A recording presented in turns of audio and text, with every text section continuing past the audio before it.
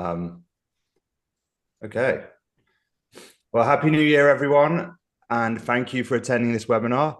As we all know, the in-house TA landscape is rapidly evolving, and staying ahead of the curve is critical for all of our success. So this webinar is to share our insights and predictions for hiring trends in 2025 and ensure that you are ready for what comes next. So I'm Chris Abbas, co-founder of Hire, and we're a global in-house TA community of over 12,000 members. We hold regular events, dinners, breakfasts, and produce cutting edge white papers to keep you at the forefront of the industry. So if you're not a member, join today. It's totally free. You can scan the code that's on the screen now or visit hirehq.com to apply for membership. And before I hand over to our panelists, I'd like to thank our headline sponsor, Talentful. Talentful is a global embedded RPO used by the world's best technology companies, the likes of Google, Atlassian, Microsoft, and Monday.com. So to discover why the world's highest bar companies use Talentful, visit talentful.com. Finally, this is an open conversation, so feel free to put any comments or questions in the chat, and we'll try to get to them throughout the webinar. And without further ado, I'd like to introduce our amazing panelists, Benjamin and Ariana. I'll leave you both to do some intros. So Ariana, over to you. Yes, happy to. Super excited for this conversation today. So, I'm Ariana. I am the VP of Talent Planning and Acquisition at Greenhouse. I've been at Greenhouse for coming up on 10 years. It's going to be my 10th anniversary this year. And during this time, I've helped the company 10x and launch offices around the world. And if you aren't familiar with Greenhouse, we are an altogether hiring platform that covers everything from candidate identification and sourcing through structured hiring, which is really like our bread and butter, hiring analytics, onboarding, et cetera. And we have just about 7K customers globally who use our suite to make hirings efficient, but also purposeful. And I think I saw someone that was a Greenhouse fan in the chat. So hello to all of you in there trickling in. Yeah, we have someone from Indiana who loves Greenhouse. So, yeah. There was a bunch in there. Yeah, for sure. Awesome. And BrightHire. Oh, Yeah. yeah. Well, I can do quick intros. So I'm Ben Stesser. I'm the co-founder and CEO of BrightHire. I won't say how long I've been in the working world, but it's been a long time. And I started in the HR space a very long time ago as an HR researcher, and then later on became a practitioner. So I was in growth stage companies, leading people in talent. And 5 years ago, started BrightHire. So we are the leading interview intelligence platform, and we help hundreds of companies like Zapier and Rippling and Greenhouse and JustWorks and Canva and many others, from basically startups to the Fortune 100, improve the quality and the efficiency of their interview process. And yeah, super excited to be here. Love partnering with both Chris and Ariana, and excited for the conversation. Awesome. Yeah, I think we've got a really interesting viewpoints from everyone here because not only are you building companies and everything that goes along with that and hiring people, but you're also building technology that is helping fuel the teams as well. So really interesting perspective.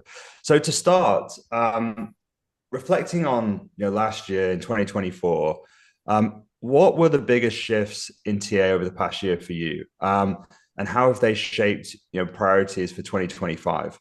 I guess I'll kick off with Ben, and then we can move on. Yeah, I may say things that y'all will say as well, so I'll be brief, and then maybe you can pile on. But I would say there were sort of 5 things that jumped out to me over the last year, and my perspective is that of a CEO of a vendor, right? Our clients are talent leaders and companies ranging from, again, startups to large enterprises, mostly professional hiring. So I'll caveat with that, but also some high volume and scaled hiring as well. The first I'll say is a bounce back, right? We just saw a lot of stabilization in the level and pace of hiring among our client base, going from 23 to 24. But I would say at the same time, there's definitely still this push to do more with less, in part because I think I think overall organizations are trying to become more efficient and operate with a different, sort of financial model than they were in 2022 and 23. So that was a forcing function, not just for TA, but I think for companies writ large, to sort of look for ways that they can achieve the same growth objectives, but without the same, cost, frankly. AI, of course, I would say,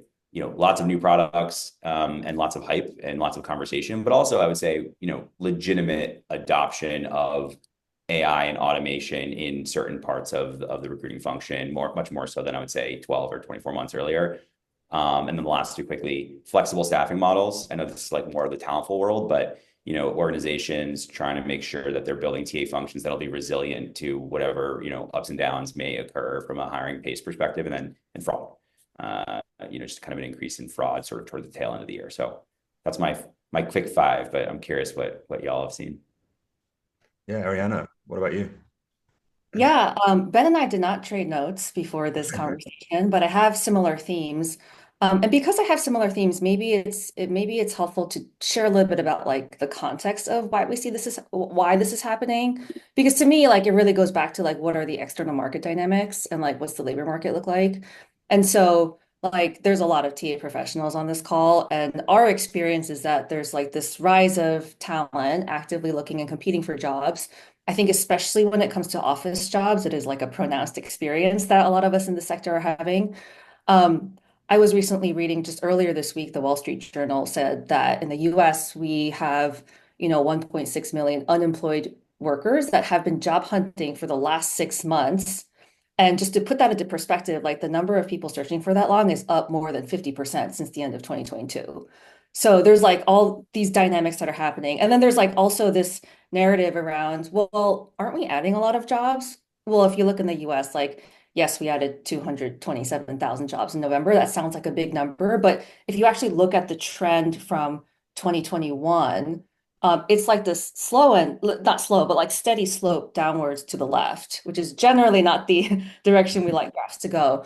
And just to put things into context, in like July 2021, like the US had added close to like 1 million jobs. And so how that relates back to me to like the TA experience is like, well, you have this market dynamic, and then you compound it with the stuff that Ben was talking about, which is like the democratization of AI. And then you get candidates who are now using AI to like mass apply for jobs, thinking that this will help them in their very challenging job search, which is very competitive. And then this puts pressure on TA teams to like also use AI to help filter through all the applications coming in, because there's no way a human can like keep up with all the inbound flow. So now you have this phenomenon where like AI is pointed at AI because there's so much noise around like this very human experience, which is like, how do you find the right person for a job and the right job for the person? And so like again, what this is translating to, it goes back to a lot of the things that Ben said. Like there's pressure on TA teams coming from business leaders to do more with less, get more efficient, look at your staffing ratios. And there is a ton of opportunity. Like I will be the first one to admit that there are a ton of areas where TA is manual, is repetitive, can be rote, and there's a lot of opportunity for AI to kind of plug in. And so that has been a focus of 2024. It will continue to be a focus of 2025. Yeah, I think the really interesting challenge is, people are starting to get to grips with AI and how to use it. They're starting to have success in areas, but it's where to lean into the human side and also the kind of automation side. And I actually think that, why community is becoming such a successful avenue for people is because it highlights more of that human connection and experience. People maybe having better success going through their networks and referrals than mass applying to jobs. So I think that in 2025 we'll start to see how companies start leaning on that more human side to separate themselves when everyone starts using AI. I mean, outside of TA, we've started looking at like an SDR, like an AI SDR. And what it can do is pretty staggering in terms of like real, personalization that seems very human, and does it at a speed and a volume that a person could just not do. You'd have to hire 10, 15, 20 SDRs. So I'm thinking about not just in TA teams, like maybe there's an impact in demand because we're trying to do more with less, but how does recruiting get impacted because just less people are being hired generally across every sector of the business? That's a really interesting kind of dynamic for us to think about. If someone can use GitHub Copilot or some kind of tool that increases their productivity by 1.52 times, and everyone can do that with some kind of AI sidekick, what does that do to hiring overall? I'm not quite sure we know. There's one group of people that think that with every technological advancement, more jobs generally get created and get found. But I think there is some kind of fear here that, like, that's not going to happen this time. So it's going to be really interesting to see where that shakes out. I guess, from a AI and automation standpoint, just like double clicking here, what specific tasks do we see being able to be kind of fully automated by the end of this year? I guess specifically within our teams, or even the wider business, if interesting. Ariana. Yeah. I think the areas where we'll see full automation are the ones that have the most volume of repeatable tasks or like a lot of tasks that are largely about like consuming or interpreting data. So Mhm. things like resumes, things like LinkedIn profiles. And to me, what that means is when it comes to the initial stages of a hiring funnel, things like sourcing, things like, initial stages of application review, even initial stages of interviewing, depending on the job, there's already a ton of activity happening in like targeting that stage of the funnel, especially because it is very targetable. Like it's largely about, again, like going through a big amount of data, and that's something AI is really good at. Um, I think another area that I'm particularly excited about is like really cracking the nut on interview scheduling automation. Mm. There's a lot of really awesome companies like tackling this right now. And I mean, that includes our own engineering and product team at Greenhouse. So like in 2025, we are pretty significantly beefing up our scheduling automation capabilities. And I'm just like waiting for that to be rolled out. So I, as an internal customer, can use it. And so like that manual task of like slogging through and like matching calendars across, many different interviewers. Like that's really like a great problem statement because it's a very time consuming thing to do. And to me, like that frees up the coordinator to be, you know, doing more of the value driving things that really great coordinators do. Like I think an okay coordinator just schedules. I think really great coordinators stand out because they do two things. They schedule really fast and really efficiently. So they like get the less strategic stuff out of the way. And then they partner with the recruiter, the hiring team to help them see around the corners, help with candidate experience, help with personalized communications, help kind of like wrangle internal stakeholders. And like that's really the stuff that like AI can't necessarily do yet. And so like shifting some of that focus there, I think will be really great for like the coordination function in general. Um, and I would probably throw in there as like one of the last things, like the work of creating job descriptions is something that I know a lot of companies are Mm. looking at. And like to me, it's not just about letting the AI like write the JD for you just so you can be fast. Like that's not really the point. Like for me, it's really about like, well, are all job descriptions consistent in structure across the board and how your company thinks about them and market them?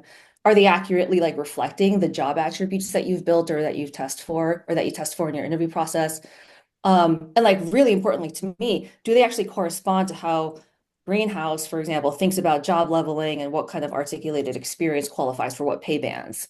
Because ultimately, like the job description should match back to like how you're thinking about compensation and what goes into what determines someone's compensation. So um, I think there's a lot of opportunity, especially in the intersection between like total rewards and TA teams that I won't go into quite yet unless that's a point of interest.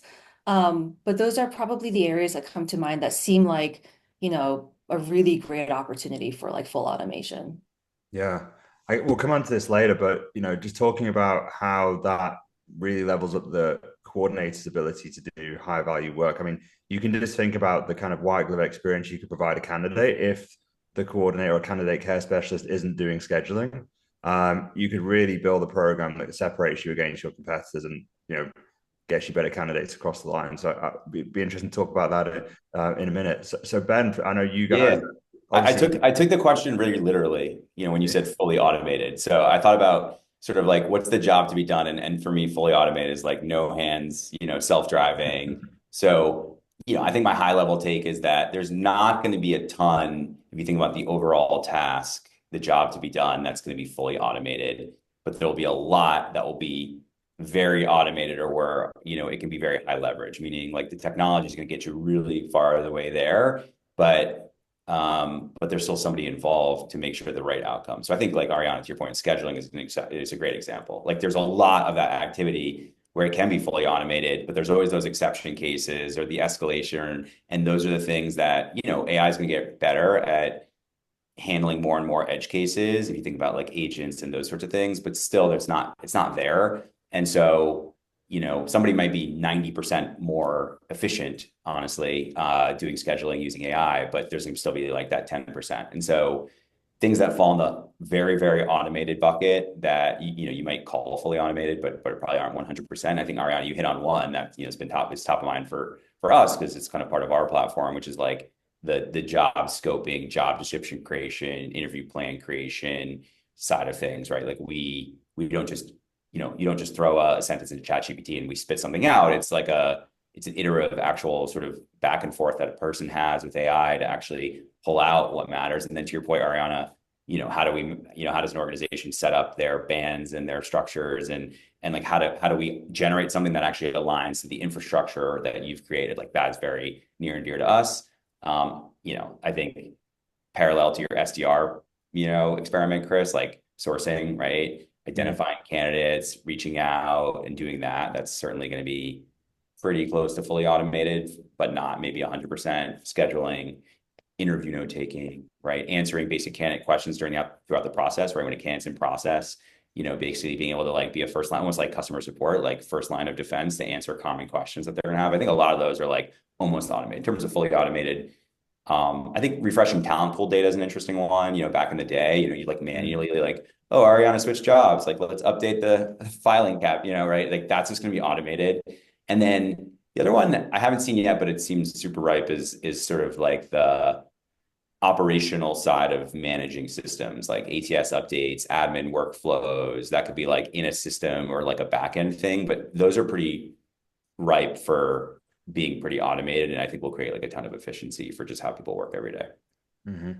And I just piggyback off of Ben's very literal take. I love how literal you were about the fully automated piece.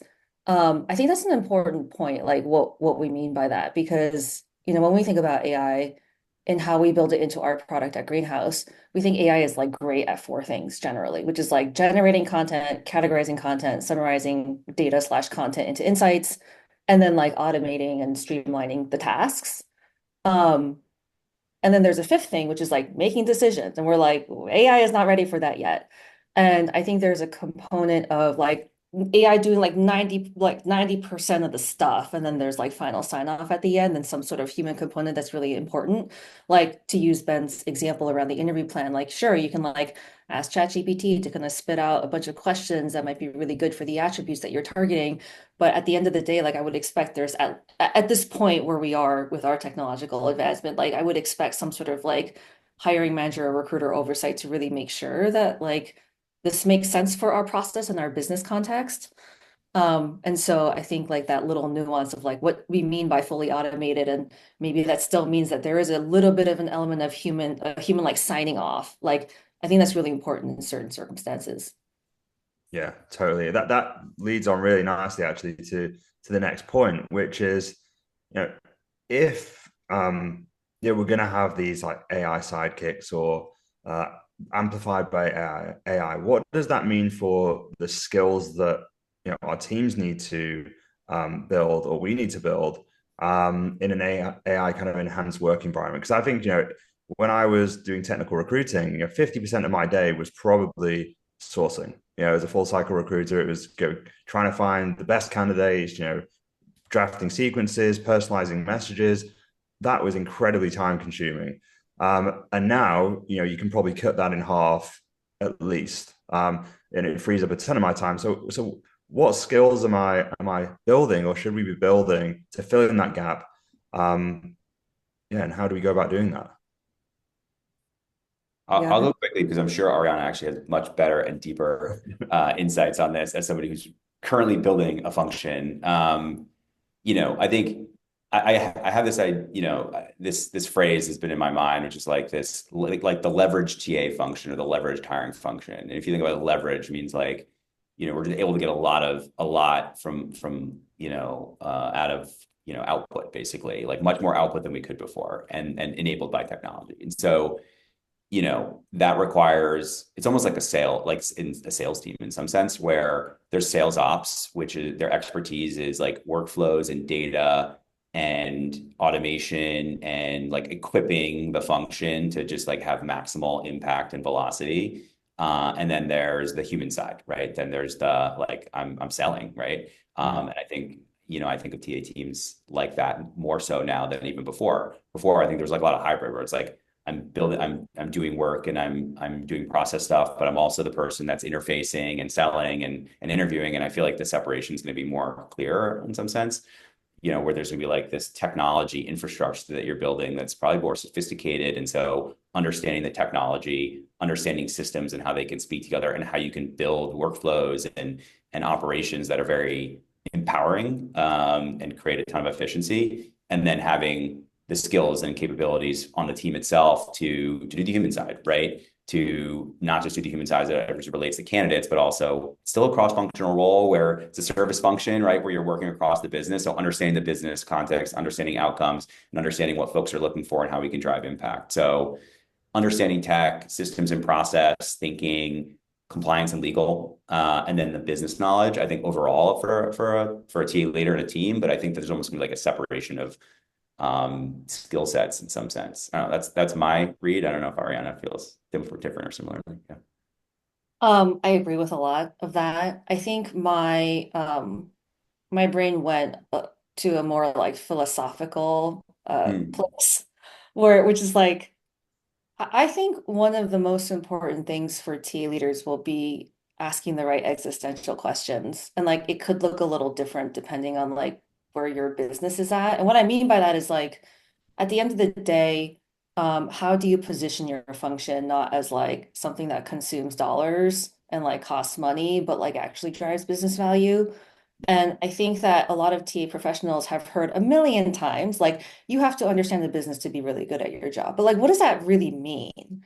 And one of the conversations I've had a lot with our CFO over at Greenhouse was, when we think about driving value for the business, like what are the ways that my function can help the business make money or save money? It's like a very simple way to frame understanding the business, but it's really helpful. And I think sometimes recruiting teams can like really kind of work heads down, work like be on the end of receiving like a directive and executing on it. But I think that, if AI is truly going to give us back a lot of time by like eliminating a lot of the repetitive stuff that we're doing, then the question we have to ask is like, how do we identify for ourselves the behaviors in our function that drive the most like value for the business, like things that make money or save money for the business? And how do we do more of that? Because chances are a lot of that stuff is largely interpersonal too, like understanding your business stakeholders, understanding what they care about, understanding what their risks, challenges, blockers are when it comes to a staffing perspective. Um, and so that's kind of like where my brain went. I think another like bucket of existential question to ask is like, what does up-leveling mean? Because everyone's talking about up-leveling TA folks and like upskilling when it comes to AI. But I think like up-leveling is not easy because it takes a good amount of like self-awareness, deep reflection. It takes like recognition of what is my current state. Then you have to have an idea of like how to want to improve. And then most of all, hardest of all, you have to like do something. You have to like execute Time. and like, yeah, exactly, time. And I find that I've encountered a lot of people in my career in the TA world where folks are like really happy to just use their past playbooks. Like they just want to use their Mhm. past playbooks on like how to find a person, use this source, use this tool, etc. Because honestly, the work of like thinking proactively and evolving out of like the habits that you're used to is hard work. Um, but like I think like we're in a little bit of like a renaissance moment with TA right now where the behaviors of the really, really good recruiters are going to become more pronounced and are going to be more known because we have where there's a lot more attention on it because we have more time to think about it because AI is taking over a good part of like the road stuff. So how do you think about driving value? How do you think about being a step ahead of anticipating talent trends? Um, like those are the conversations that are becoming a little bit elevated and better defined. And so That's like more like the philosophical perspective. Like, how do we as a function ask the right questions around our positioning on how we drive business value? Hmm. Yeah. It's been a real I've been really a big believer that AI is going to change things for us significantly. But over the holidays, I was playing with a bunch of tools and it accelerated how important I think it's going to be. Like, imagine a world where you have a TA team that is skilled on tools who can actually start building apps for their own team and not waiting for software engineers to do it for them, right? Like, you could have people who are building like very useful like automation applications, for their own division. And that is actually possible now, today, right? But I don't know any TA leader who's talking about it or training their team on it, right? So I think I feel there's actually quite a lot of urgency here for people to really take this seriously if they want to build, best in class kind of TA function is really get your team familiar. Think about a strategy of how you're going to rebuild and think about TA differently from the ground up using AI and automation and because it's moving so fast, like where could this be by the end of this year? And what does that look like for your team?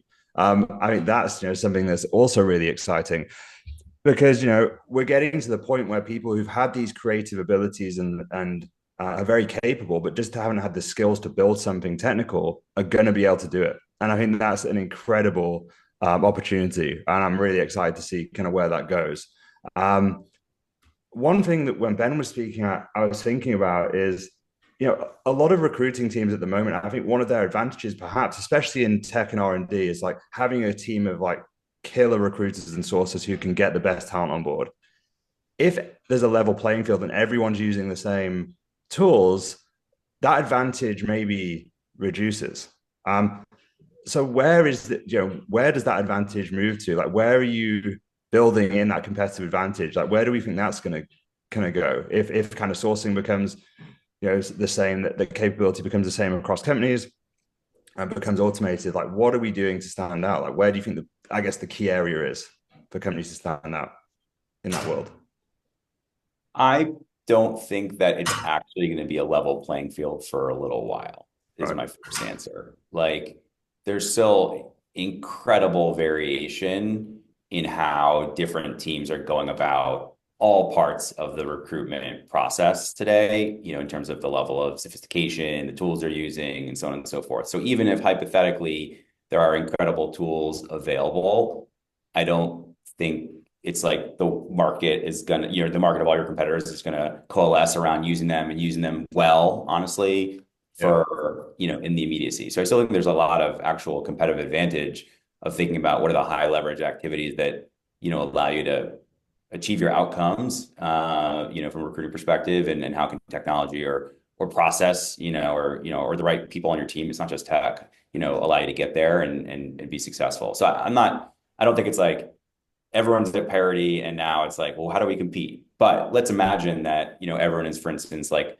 sourcing the best talent or reaching out to the best talent, all the same talent, all at the same time with all the same message, which is like a thing unto itself. Because as a CEO of a company, I get a lot of outbound from vendors and, like it's all kind of the same, when AI generates it a little bit. That's where your employment value proposition matters, right? That's like, and that's where you actually have to start standing out. Like you can't actually just send the same thing as the 50 other companies with the same message. And people have to have some preconceived notion about why it might be exciting to, take their life in their, in the direction of your business and be a part of your organization. So I think like that, if we were just talking about sourcing, like, you need to have a brand recognition already, right? Or some sort of awareness and market around, why your organization might be exciting and what's your mission and what does the opportunity entail. So I don't think we're at parity. I don't think we're gonna be there for a while because I think there's like a huge adoption disparity and then implementation disparity, honestly. But even if we were at parity, there are other things that you might, you'll be doing. Yeah, it's really interesting because from my experience anyway, from a talent branding standpoint, it's been a thing that a lot of people have spoken about, but when it actually comes time to spend money on it, there hasn't been a budget there. So I wonder if that starts to get more attention and more budget if we get to that position where it's ultra competitive at the top end of the funnel. Um, I absolutely think the employer branding will become more of a thing. Like I think employer branding, EVPs will be employee value propositions will become a focus. mm, So I'm so glad Ben brought that up because I think like uh we default to think about sourcing, which is like how do I find recruiters that are really good at going out there into the world and finding the person that I need? But I think like the most efficient thing would be to market yourself in a way where the people that you need find their ways to you. mm, And like that is the value of a really compelling and differentiating employee value proposition.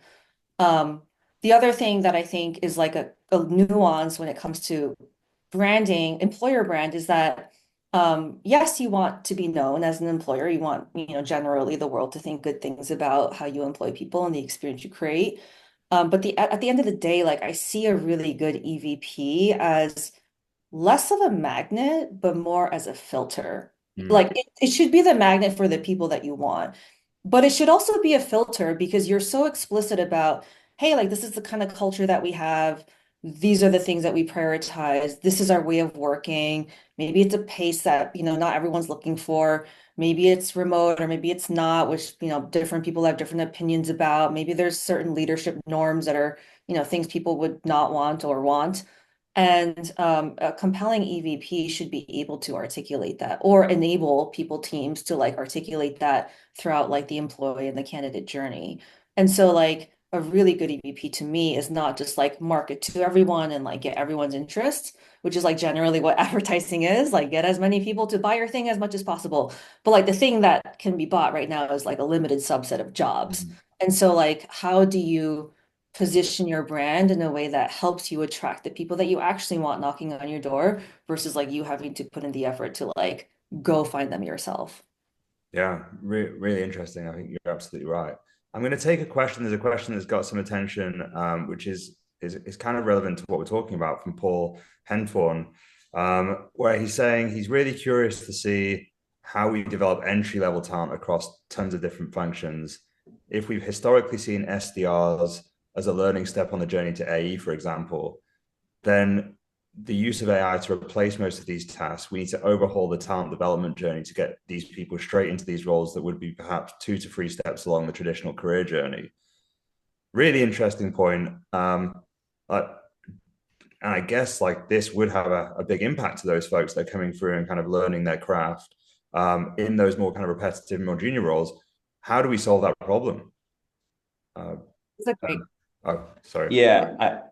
So my initial reaction to that question is, if I had that answer, I'd be very famous, because I think it's actually a Yeah. very complicated thing to consider, writ large across all roles and functions in an age of sort of where the entry level role is defined as doing sort of like it's like the classic, like people in Hollywood, they want to be talent agents and they start in like the mailroom, like they're literally walking mail around to people's offices, and it's like this road sort of job. And then email started. So then what did those people do? I don't know.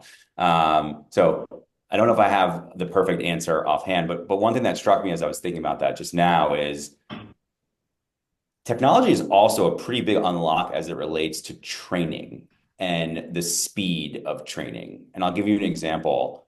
We were talking about this, right before we jumped on this webinar. So we're growing and we brought on a few folks onto our sales organization. And historically, it would be a pretty long road for them to get up to speed and really learn our product and learn the voice of our customer and, get to the point where we're comfortable having them do demo, do sales conversations by themselves because we want to make sure that they can answer, a prospect's question.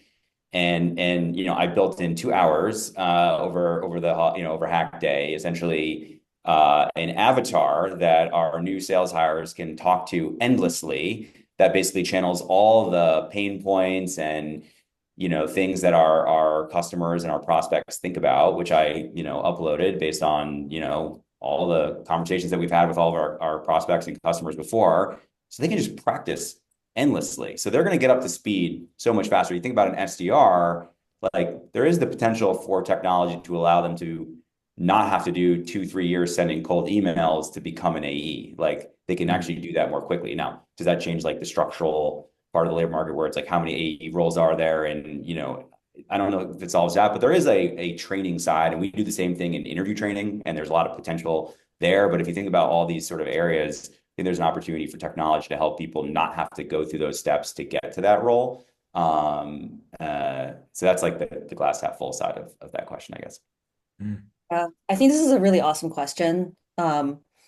Because even when we were talking about coordinators earlier, right? Like I was saying, like there's if scheduling gets automated, like what then that reshapes what good Mm. coordinators need to do. And um I think the thing that I would challenge to start is like, well, what do we currently understand as entry level and why? Like, why is that the thing that only entry, like who gets the entry level job? If it's someone, with limited skill set and it's really about job exposure, then I Hmm. get it. Like you give them the tasks that you don't want to do and they just kind of like follow you around.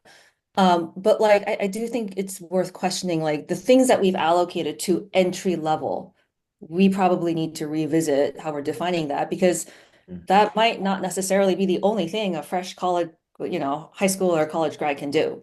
Um, and to Ben's point, like there's a really interesting phenomenon called the Flynn effect. Um, after this uh, intelligence researcher, his name was James Flynn, and basically the Flynn effect is this phenomenon where it shows the average IQ of humans steadily increasing over time.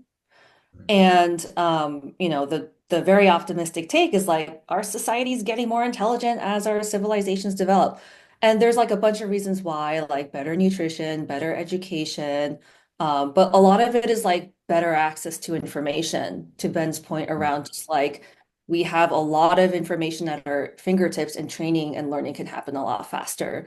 And so yes, we will have a reckoning moment of like looking at entry level jobs and needing to be like, like how do we rethink this if we're still trying to target like limited skill sets, have an inclusive process, have like, programs that take like early stage talent and like grow them up into your business. But there's also opportunity because there's so many resources and now technology supporting our ability to learn. Yeah. Yeah, absolutely. Yeah. Yes, it seems like there's so many like potential, things that we're going to have to start thinking about very seriously. It's like we're going to come on to how we prioritize those, but it's really interesting, thinking about how we look at building a strategy for the future. I guess one of the things that's come to mind when we're speaking about this is, recruiting in general is, relatively like metrics driven environment. And a lot of those metrics, historically, a lot of top of funnel stuff, companies have started to lean more towards on, quality conversion metrics like pass-through rates, offer acceptance rates. Does the way that we manage teams and kind of look at metrics change with these changes? And how are we thinking about that?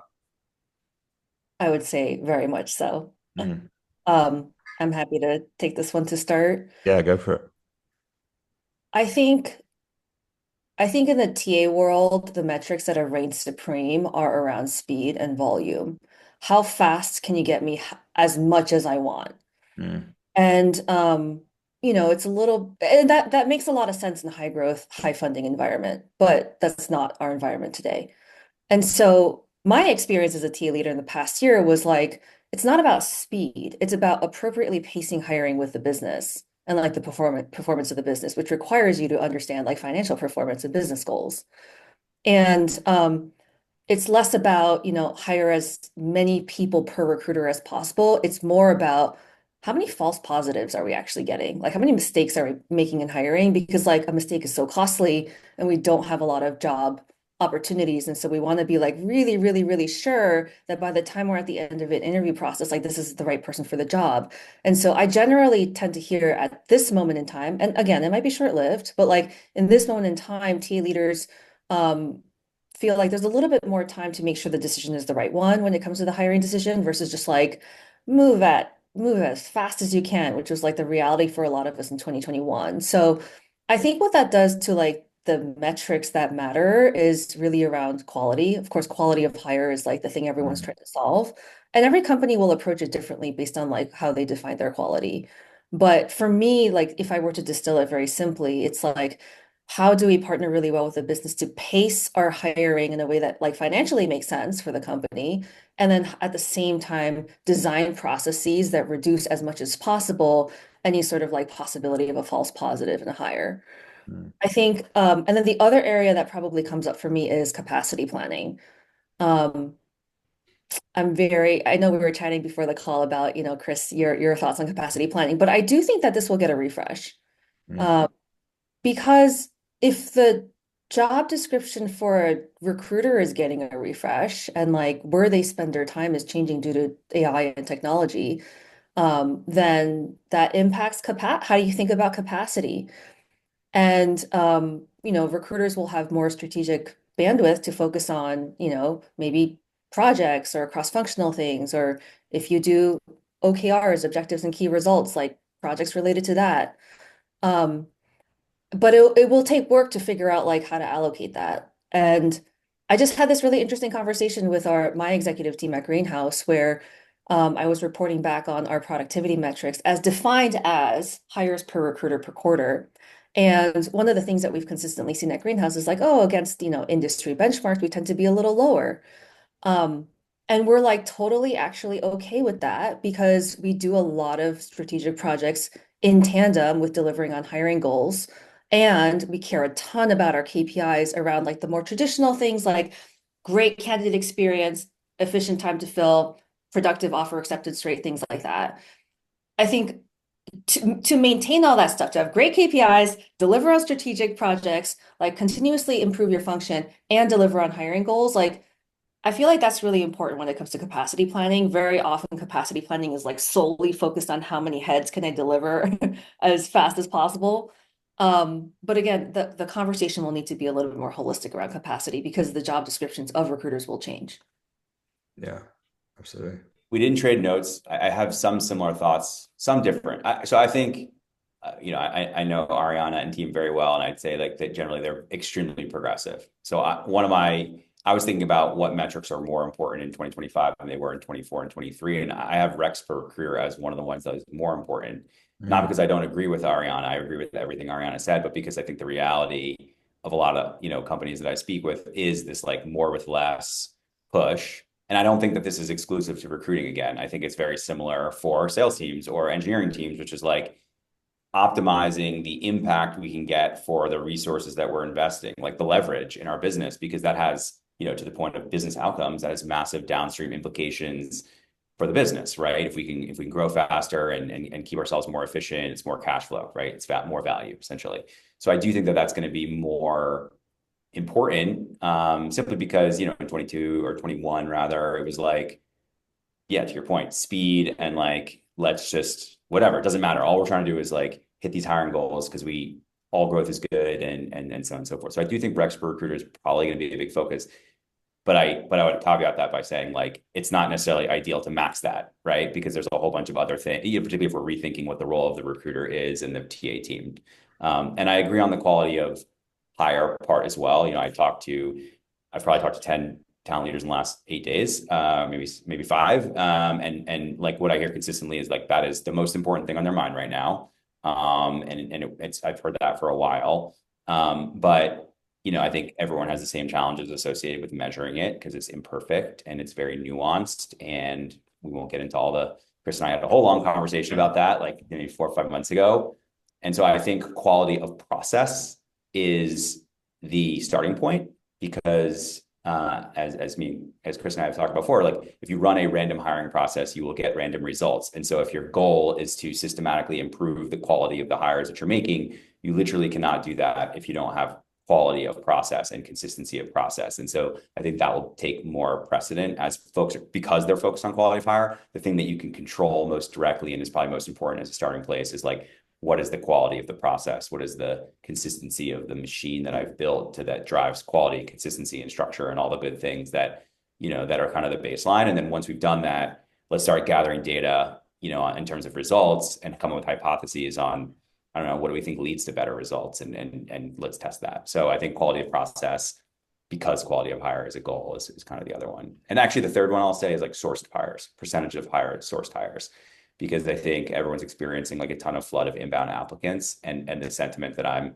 get pretty consistently from the folks I speak with is, while on the surface that seems great, it's actually pushing a lot of teams to say, we're just so overwhelmed with the inbound applicants that are coming, and there's a lot of noise in there as a result of some of the things that we talked about at the beginning of the conversation. Like, I want to see us actually going out and finding the absolute best talent, and then maybe that is in the resumes that have come inbound, but it may not be. And I want to see us doing that work and not just relying on the fact that we are getting flooded with 2,000 applications, for every role.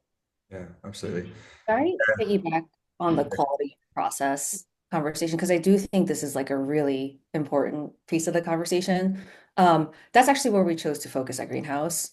Um, and if you create a great process, there's also an opportunity to use that information, the fact that you do that, to differentiate yourself in a very noisy market.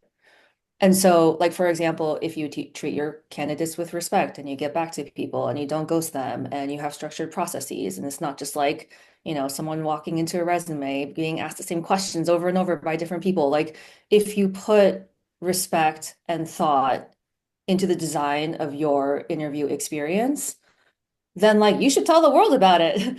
And so, like, one of the things we built at Greenhouse is we have this thing called Greenhouse Verified. And it's basically like, you got to meet 4 criteria, and it's around being prepared, around being respectful, about being communicative and fair with candidates. And there's like a bunch of things you got to do in each bucket. It's not easy to have a job be verified. So if you fulfill all these requirements, then your job post gets like a little verified check mark. And then candidates can see when they look at your job description, like, oh, like you are doing all these things to run a really great experience and a fair process. And chances are I won't be ghosted versus like another company that, will probably ghost me. And so like that's the one point I want to make around, if you care about quality of process and you run a great process, there is then that opportunity to take that and market it and showcase to a very noisy talent market, that you are differentiated and you are thoughtful about the experience you want to give them, and that also becomes an attraction tool. Absolutely. Ariana, you've got a direct question here on the topic of process. It says, how are hiring managers feeling about collaborating with TA and automation? Are they helping or demanding a lot in terms of faster responses or faster timelines? Um, that's a great question. I'm going to give a very contextual answer. I think at Greenhouse, we're very fortunate that we do have quite healthy relationships between hiring managers and recruiters. I mean, everyone's a user of our product, so we're all pretty like gung-ho about recruiting, to say the least. Um, the conversation for us has been maybe a little bit less about speed, but it goes back to the pacing point. Like, how do we line up the right amount of people for the right starting classes at the right time? And that doesn't always mean as soon as possible. And so I think like being really aligned with your business stakeholders on that is like really important. In terms of collaboration, I think there was a piece in that question around tooling, was there? Yeah, it's said, are they helping or demanding a lot in terms of fast responses, and how are hiring managers feeling about collaborating with TA and automation? Or with TA and automation? Yeah. I would say generally, very like we haven't had a lot of resistance. I think we do a pretty good job as like a recruiting team to outline the why. Like, we have talent filtering AI capabilities at the top of funnel. We do things like resume anonymization. Hiring managers are generally very on board with those things because they understand like the why and the reasoning behind what we consider those features to be valuable for, which is things like efficiency, inclusiveness of process. Um, if I were to think about maybe a sticking point, I would just say that for us, it's always a matter of education. It's less that like a hiring manager doesn't necessarily want to do something or is like really demanding in a certain way, but a lot of our time goes into educating the hiring teams around like, here's how your voice matters. Like, if you say a thing in your network that is a lot more compelling, or if you send out, hey, I identified these 10 people. If you send out messaging, that's a lot more powerful than, Ariana, the recruiter, going out, who's not the hiring manager for the job, like trying to entice talent to speak to you. So and generally, again, we go back to like, why does this matter? Well, because the response rates will be better and the engagement will be better. Generally, like I think if you do a good job articulating like where your motivation is coming from behind an ask, then we haven't necessarily encountered as much pushback. But I also understand that like not all environments are like as bought into best recruiting practices and being collaborative as much as possible. So I always try to caveat that. Yeah, awesome. Thank you. So we've got 10 minutes left just under, so we'll try and move fast to these next 2 points. So to kind of round stuff off, like if we were to give, I guess, TA leaders who are listening to this, what we think the top three strategic priorities should be for this year, the things to really focus on and spend the majority of your time on, what would those top three things be? Ben, I'll hand over to you. This will be repetitive because I think it aligns to some of the things that we've already talked about, but Yeah. I would say, elevating quality. Because again, if we think about, if the goal isn't just like speed at all costs or hiring at all costs, and we're automating some of the rote tasks, then ultimately it's a shift of attention to the outcomes that we're driving, which is great at a high level. And so ultimately, then I always think about, I think one of the things that struck me before I started BrightHire was like, oh wow, hiring is the most important thing we do for our future success as an organization. It's literally how we build a team, and it's still about people. There's no autonomous driving company, and it's also perhaps the number one way we allocate capital. So the impact is there, and so if we want to elevate quality, how do we do that? And again, it starts with like quality of process and starting to measure outcomes and understanding our stakeholders and like what are they optimizing for? Are they trying to run the most efficient function possible? Do they have to like hire salespeople really quick to hit a number? Like whatever that is, how do we optimize and help drive that? So elevating quality is one. The second is like, I do think folks have to build like high leverage TA functions because of the overall push in market for efficiency from organizations. Like that is what is valued in the stock market. There's like growth and profitability, and there's sort of like a ratio of like how valuation is generated, and that's shifted more towards profitability and efficiency. And so the downstream impact is like everyone in the company is do more with less. And if you do have the resources, then even better, because then you have a high leverage function, but you also have the resources on your team to do strategic projects and to impact the outcome. So I think figuring out how to be leveraged is really important, because either it's going to be a necessary thing to do, or it's going to give your team the bandwidth to have impact on the business. And I think the third is like investing in non-TA expertise. Whether that's like understanding technology, data, legal, compliance systems, like how can you actually embrace the change that's coming, both as it relates to applying it within your function, but like those changes are actually going to be, have implications on the business holistically. So as just a business leader, understanding those things and where they're going and how they're evolving is sort of essential. I'd say existential, honestly. Awesome. Yeah. Similarly, a lot of echoes. I think any TA professional should be taking notes from the things that Ben is saying, because I think like the CEO and a co-founder mentality is always really connected to obviously business performance. If I were to sum it up, I would say like your strategic priority as a TA team should always be to drive value for the business. And it goes back to that like very simple question I asked, which was like, how are you helping save money, or how are you helping the business make money? And Ben mentioned a few things like leverage, profitability, efficiency. Like ultimately that can be translated in some ways to like saving money or like creating money, creating value for the business.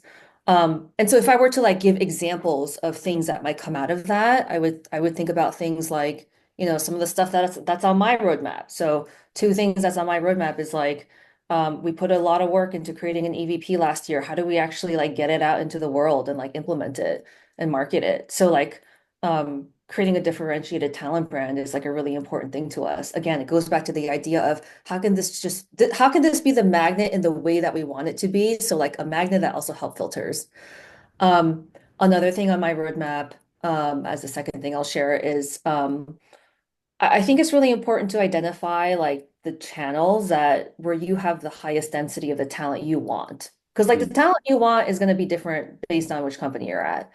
Um, and so I think there's a really interesting conversation and a lot of disruption happening in this space where it's like, well, everyone sits on a CRM or an ATS, and there's like thousands and millions of warm leads in there. What are we doing with them? Like that's like outdated information that, gets older every day. Like how are we using technology to basically look at that as like a talent pool? So like talent pools are not just the people you've never talked to, but like your alumni network, your existing employees are some of your best hires. Like think about all the internal hiring that you do, people you've spoken to that you've, parted ways with in the past that like still might be really good to reach back out to. Like I think like cultivating those channels that work for you, and identifying them is really important based on like what you're trying to recruit for. Because like where you find software engineers and where you find recruiters might look like very different places. And then the third thing I would say is, in general, it goes back to Ben's point around like L&D, but like to speak more generally, I would say like it should be a priority of yours as a TA leader and as any sort of like business function leader to keep up with the technology. Like how that might translate into like how you run your org is, well, what sort of methodology are you using to make smart decisions to invest into technology that will, help you function? And sometimes that's like not new technology. It's already looking at the vendors that you partner with, that you already have trust in, that you're already giving dollars to, because chances are all vendors out there are positioning themselves as an AI tool right now. And they're probably thinking harder about their AI use case for their customers than you are. So like your vendors can be an incredible partner, an incredible like gateway and a shortcut. That will like be very relevant to you because you're already like working with them. So I think like so there's that component of like look at your vendor network, be smart with, your tech stack that you empower your team with. And then obviously there is that L&D side. Like think about what are the ways that you have to upskill your team? What does that even mean?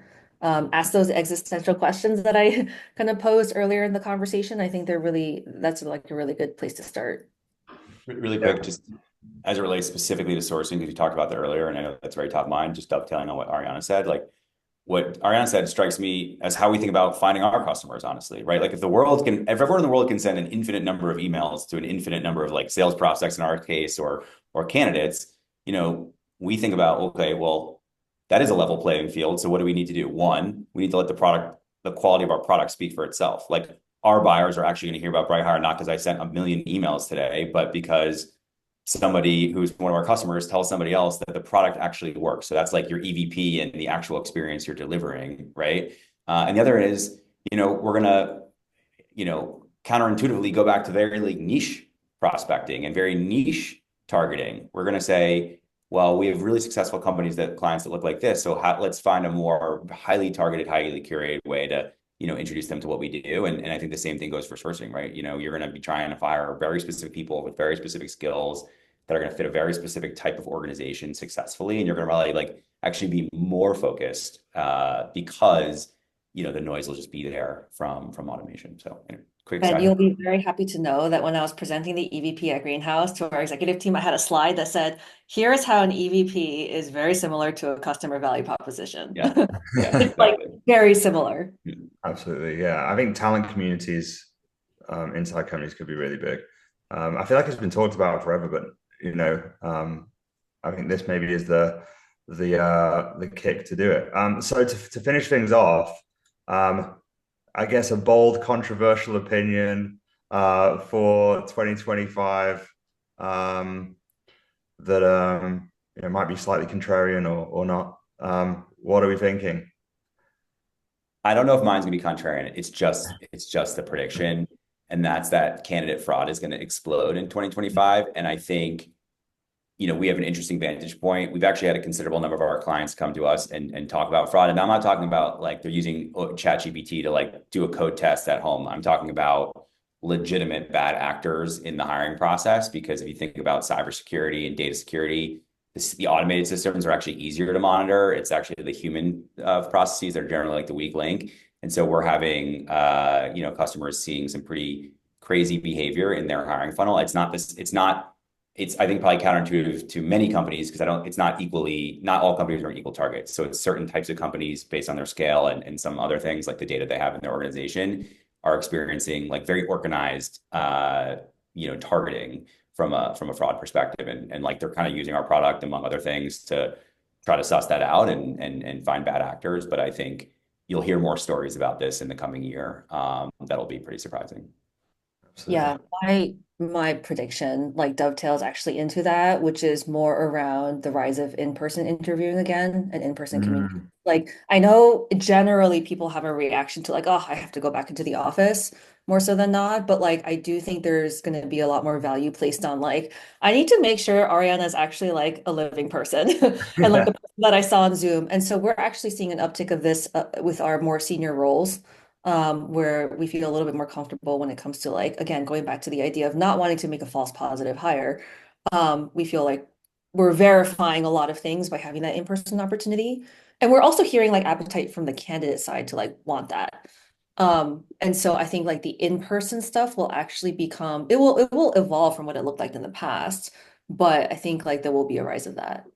absolutely. It's interesting because the kind of trend of what you're both saying is that whilst AI has all these benefits, it's also producing some challenges like fraud, increased fraud, and also like reducing this kind of human touch. So I think like thinking about like counterbalance is really interesting. Awesome. Well, that's a wrap, and I'd love to thank Ben and Ariana for their time and providing such an awesome and insightful discussion. No doubt everyone is walking away with some useful knowledge here. And thank you all for attending. We look forward to seeing you all at the next event, and please join the community. Awesome. Have a great day. Thanks, y'all. Thanks, Ariana and Ben. Thank you.